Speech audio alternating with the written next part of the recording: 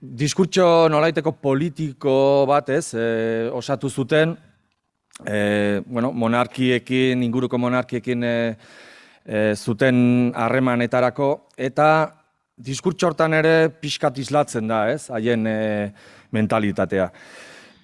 Gipuzkoa adibidez, bere burua definitzen du kapare errepublikatzat, edo errepubliken, kasu honetan izango lirateke hiriburuak, hiriburuen edo errepubliken errepublikak, ezta?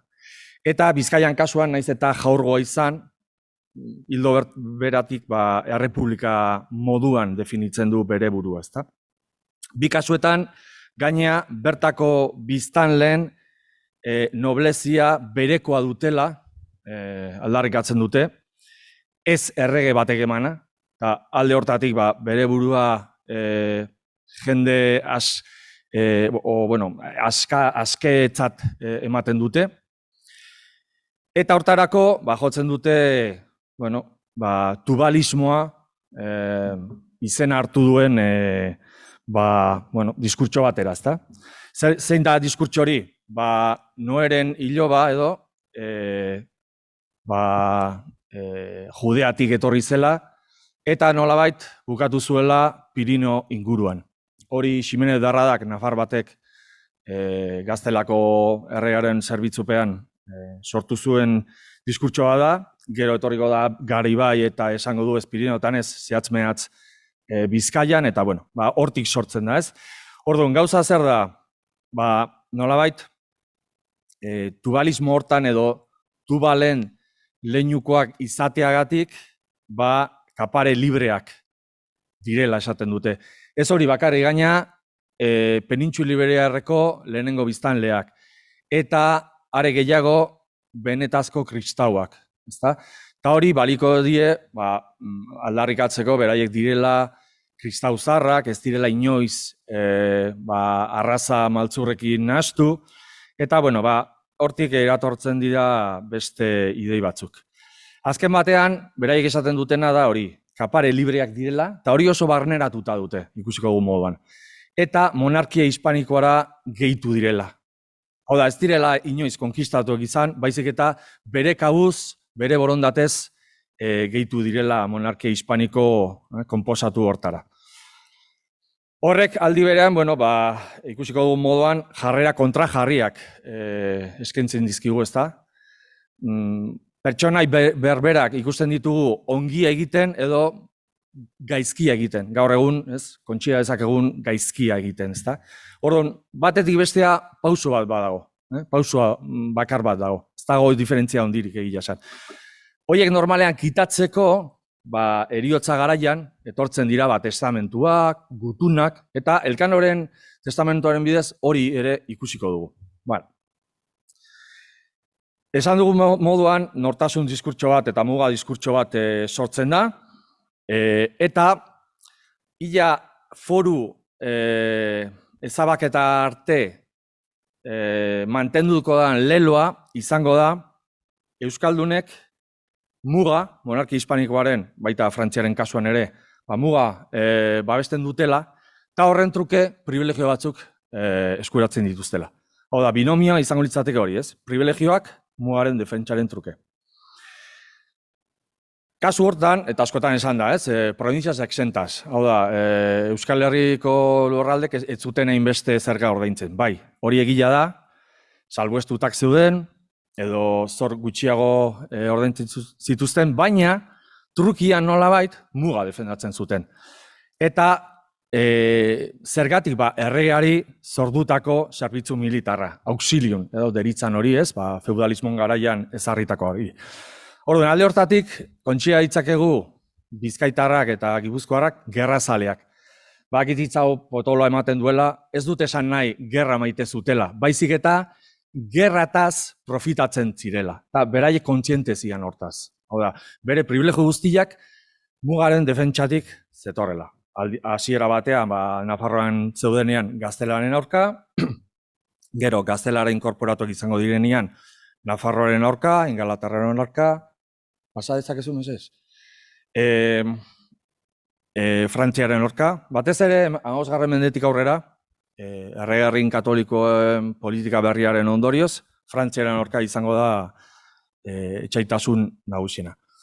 Baina aldi berean ere, barruan, bando gerra gertatzen dira. Eta horrek ere, ia 13. mendearen bukaeratik, gerra egoera bat, naiz eta, ikusiko moduan, ez da gerra benetazko gerra bat, baizik eta, eskaramuza batzuk gertatzen dira. Baina, denbora guztian, hiribilduetako biztanleak, gerra egoera batean bizi dira, nola esateko. Zein da gerraren zilegitasuna garai honetan? Hor ikusten dezute, garaiko pentsalari gehientsuenek, ikuspegi bat edo aldeko edo kontra dutela gerraren inguran. Erasmoren kasuan, Erasmo gerraren aurka azaltzen da, batez ere erlijioan oinarrituta. Espainiar eskolastikoak tomismotik jarraituta, gerra zilegiaren alde agertzen dira. Eta nolabait, gerra elkarbizitza bermatzeko tresna ikusten dutenek, besteak beste Lutero edo Maquiavelo. Hauek dira, filosofia edo pentsamentu potoloaren pentsalariek gerraren inguruan duten ikuspegia. Egoera hortan eta giro hortan ikusten ditugu gure kapareak, gure Gipuzkoar eta Bizkaitar kapareak, baita ohorearen defentsan.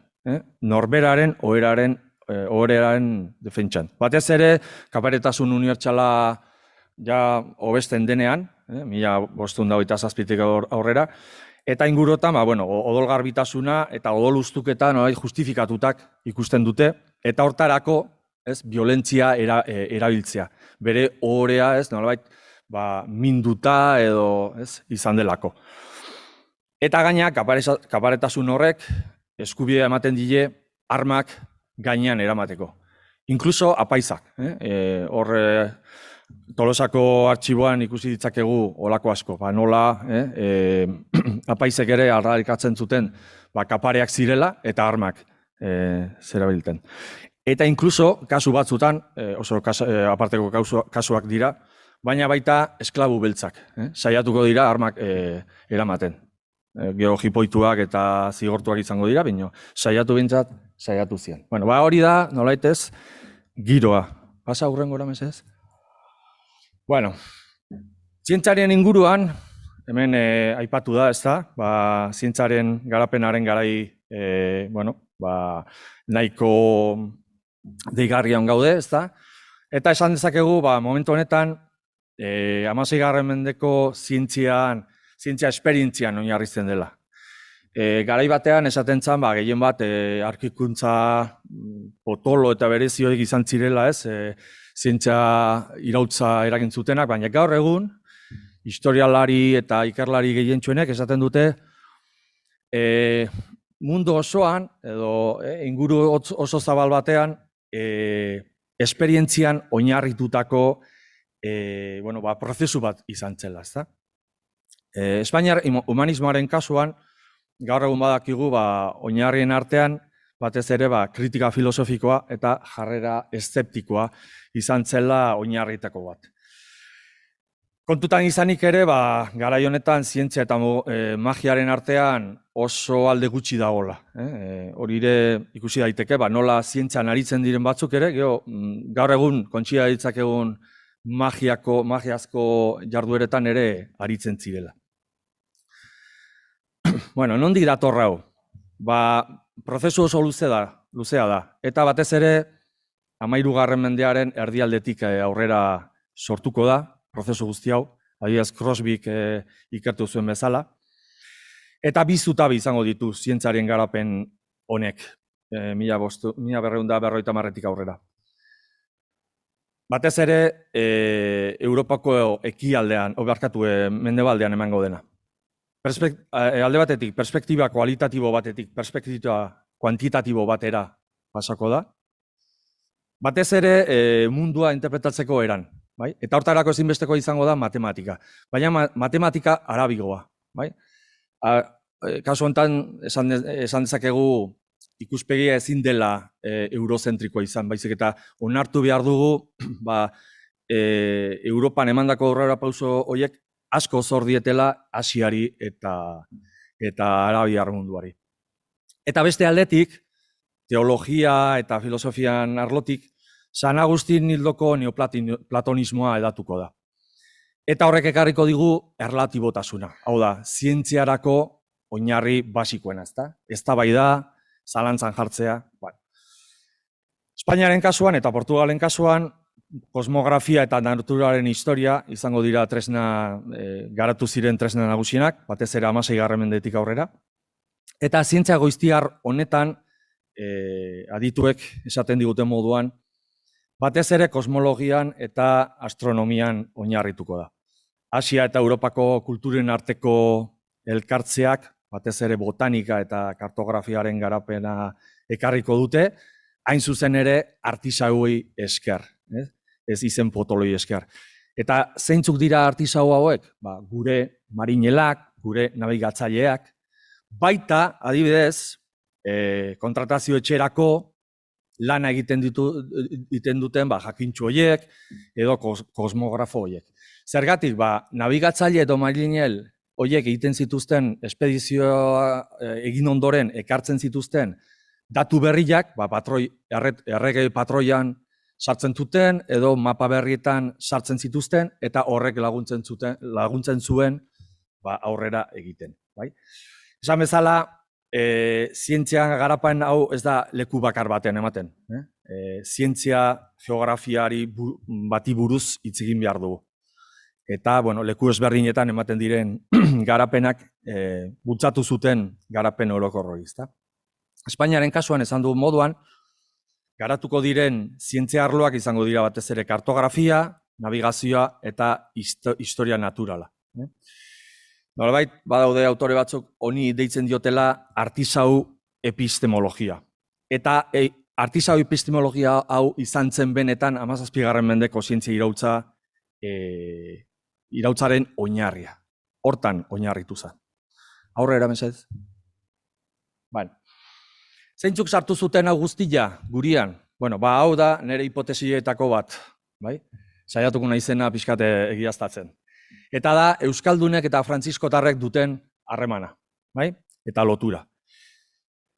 Pixkat ikusten badugu, Euskaldunek diasporan dauden Euskaldunek egiten edo sortzen dituzten kofradiak, nun sortzen dira, konturatuko gea, 17. mendea arte, kasu gehientsuenetan, Frantziskotar konbentuetan direla.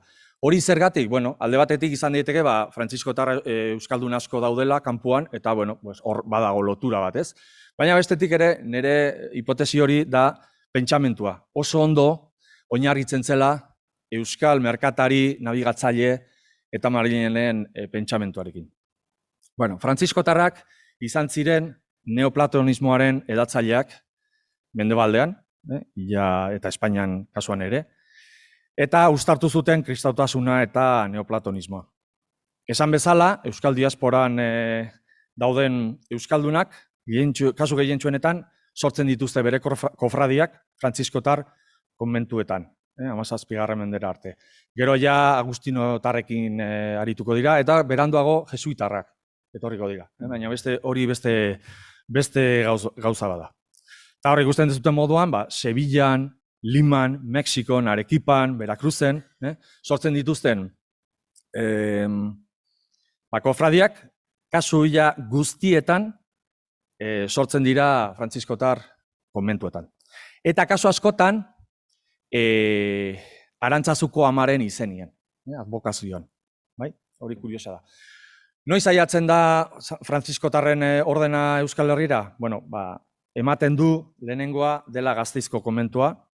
Lehen aipamena, hor badago leyenda bat, bagian San Francisco Asisekoa berak torri zela 1214an, bino, lehenengo benetazko datuak ditugu 1236koak. Kontutan izan gainea, Gasteizko hau izango dela Kantabriako Frantziskotarren probintziaren hiriburua. Eta horrek asko esan nahi du. Erreferente bat izango da, nolabait esateko, Euskal Herri osoan eta Kantabria osoan. Arantzazukoa bera, 1981an sortu zen, hasiera batean mesedetakoen eskuetatik, baina gero ja pasa zen frantziskotarren eskuetara. Eta neoplatonismoaren ondoriotako bat izango da mariologiaren indartzea. Eta hortik dator nolabait Arantzazuko amarekiko begirunea euskaldunen artean. Hemen dituzute, pasa mesedez, hurrengora. Sortutako erlijioetxeak 15. mendearen bukaeran eta 16. mendearen hasieran justu hori, Elkano mundubirara atera zen garai arte. Eta ikusten zuten moduan, kasu hila gehientsuenetan dira frantziskotarrak, gizonezkoenak, edo emakumezkoenak, edo klaratarrak, klarisak. Baten bat da dominikotarra, baina kasu gehientsuenetan dira frantziskotarrak. Bai? Orduan, frantziskotarren barnean ere, bilakara bat gertatzen da, eta erreforma bat ematen da, erregin katolikoen eskutik eta aurretik ere, eta konbentuzaleak zirenak bihurtzen dira behatzaileak, observantes. Eta hauek nagusituko dira hemendik aurrera, Euskal Herrian batez ere. Eta hauek nolabait garatuko dute erlijioa intimoago bat, barrukoago bat garatuko dute. Adibidez, Gasteizko teologia eskolan, garai honetan, Santo Tomas, Duns Eskoto, eta nire susmoa da ere, agian Okameko Gilen ere irakatsiko zela. Eta hortik datozte, gero oso garrantzitsuak izango diren nominalismoa, eta baita gauza oso garrantzitsu bat, agian kasu gehiagi egin ez dioguna, eta da hautamen askea. San Agustinek sortzen duen hautamen askea. Eta hau, gauza asko, enai sortan sartuko, oso luze izango litzateke, baina honek ondorio asko ditu, bai politika mailan, bai kultura mailan, bai teologia mailan, bai filosofia mailan. Epe luze batean, 17. mendean. Mundu protestantean bide bat emango du, baina mundu katolikoan ere bere bidea eukiko du, ezta? Pasa aurrengora mesez. Bueno, hemen dakazute Gasteizko San Francisco komentua, 1930an bota zuten. Gero ustut horre egin zutela Banco de España edo, eta gaur egun da etaren biktimetako museoa holako zerbait. Hor inguru dago, bai? Eta hemen dakazute San Francisco kobazuloan, kuadrau El Greco-areana da, eta hain zuzen ere Gasteizko, aurrera pasa, mesez, Gasteizko museo sakroan dago.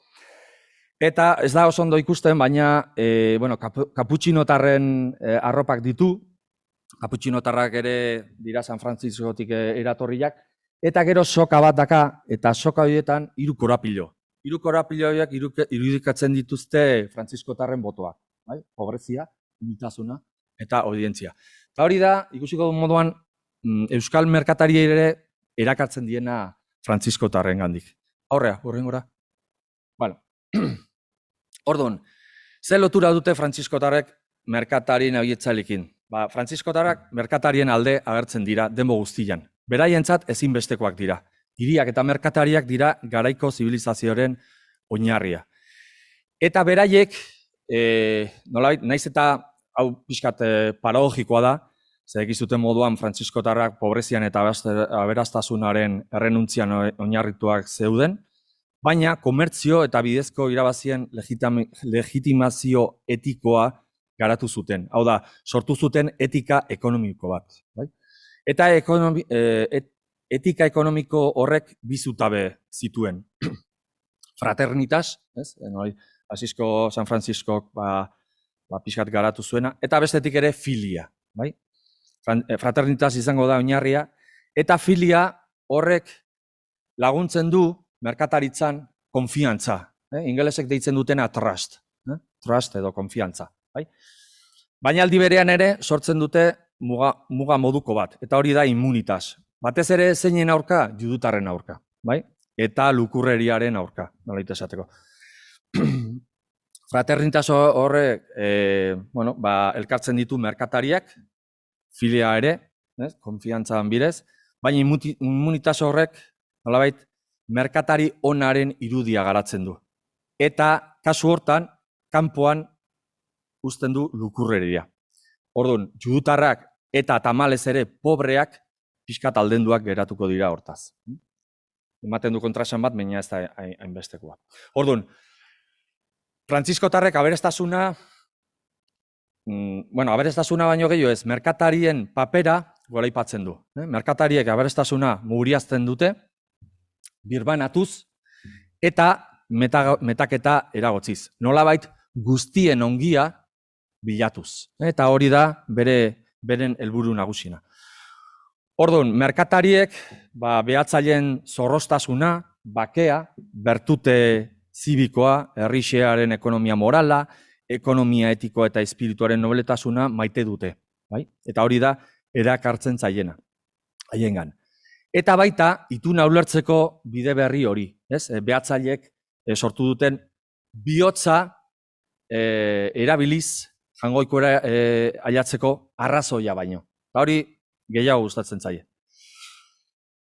Eta nolabaiteko bien arteko koinzidentzia ematen da. Frantziskotarrak mesianismo apokaliptiko baten aldekoak dira, baina konfiantza aldetik, ez damu aldetik, baizik eta konfiantza emateko, nolabait sortzeko, idei hori gugea jangoikoak hautatu duen herria, Hau, protestanten artean, dakizuten moduan, predestinazioan inguruko ideiak dira, frantziskotarretik eratorriak dira nolabait ere, eta mundu katolikoan pixkate bide ezberdina daramate. Eta, leheno esan dugun moduan, tubalismoan bertan ere, tubalismoak nola euskaldunak suposatzen da tubaletik datoztela, hauek ere, konsideratzen dute bere burua herri hautatua. Orduan, bilek nolabait bat egiten dute diskurtso hortan, ezta? Urrengoa mesez.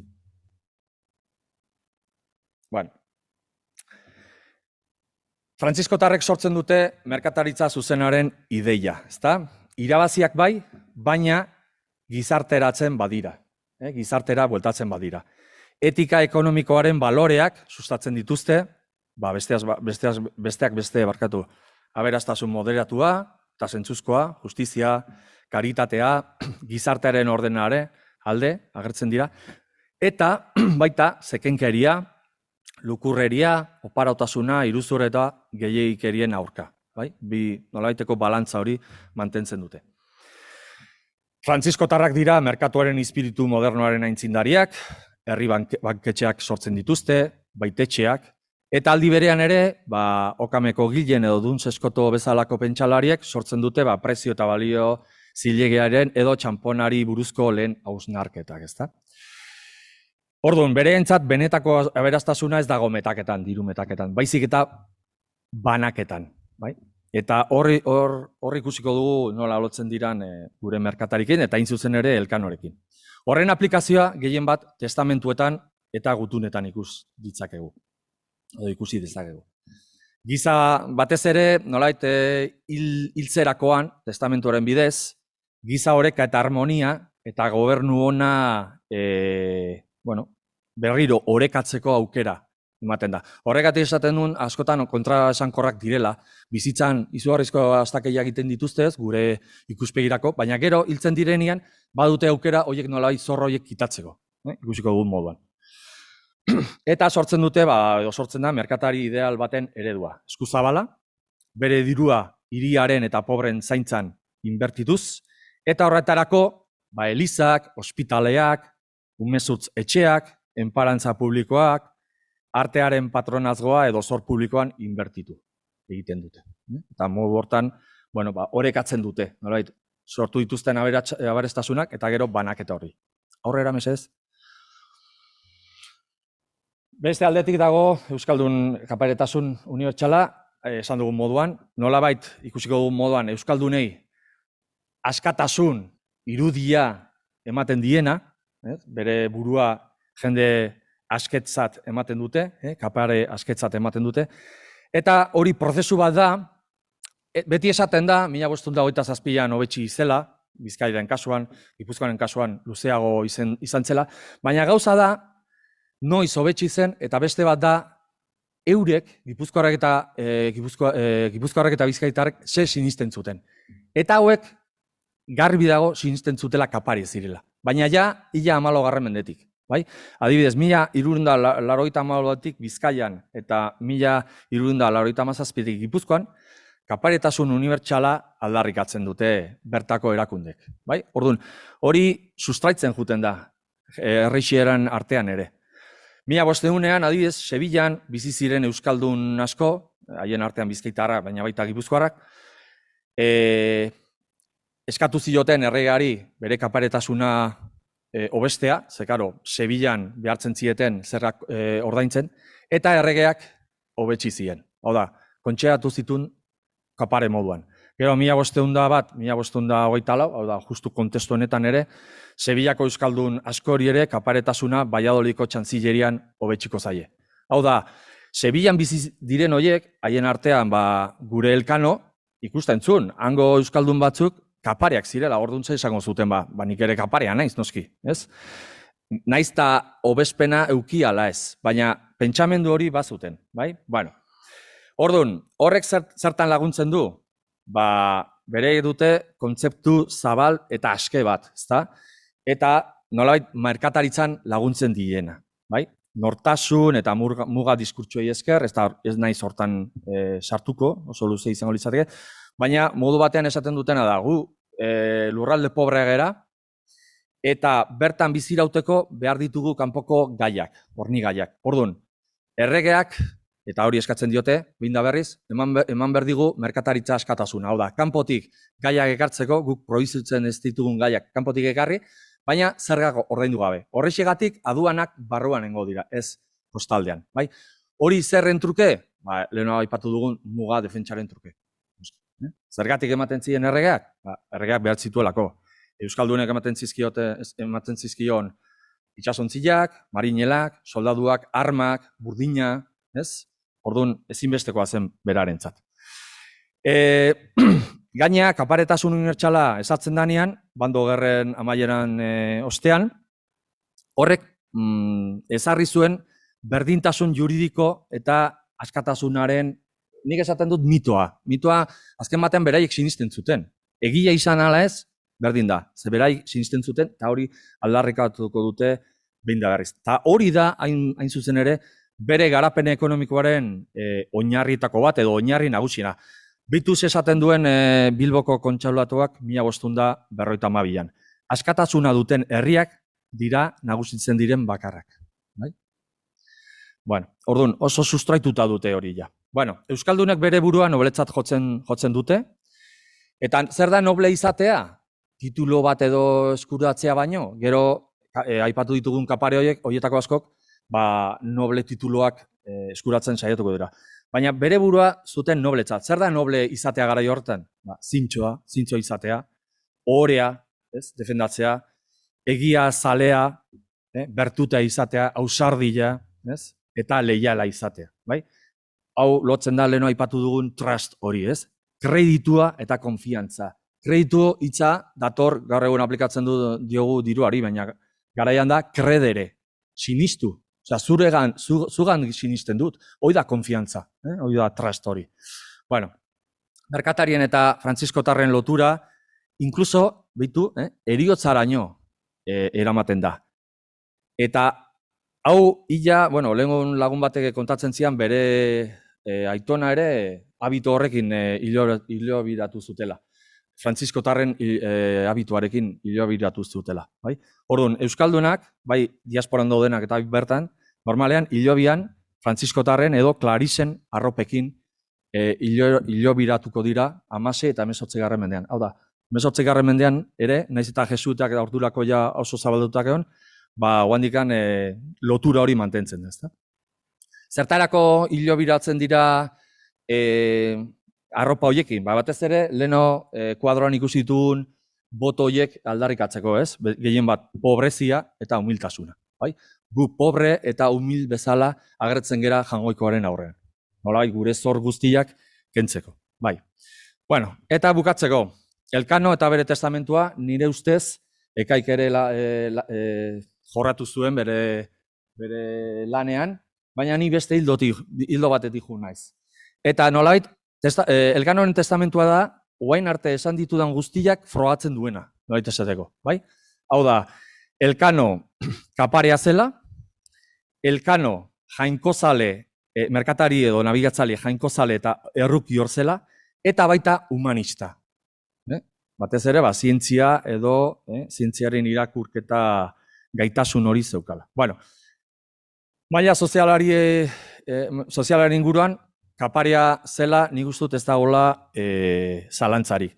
Are gehiago, bere testamentoan esaten duenean. Ítem mando que se hagan mis aniversarios y sequias en la dicha villa dietaria en la iglesia de San Salvador.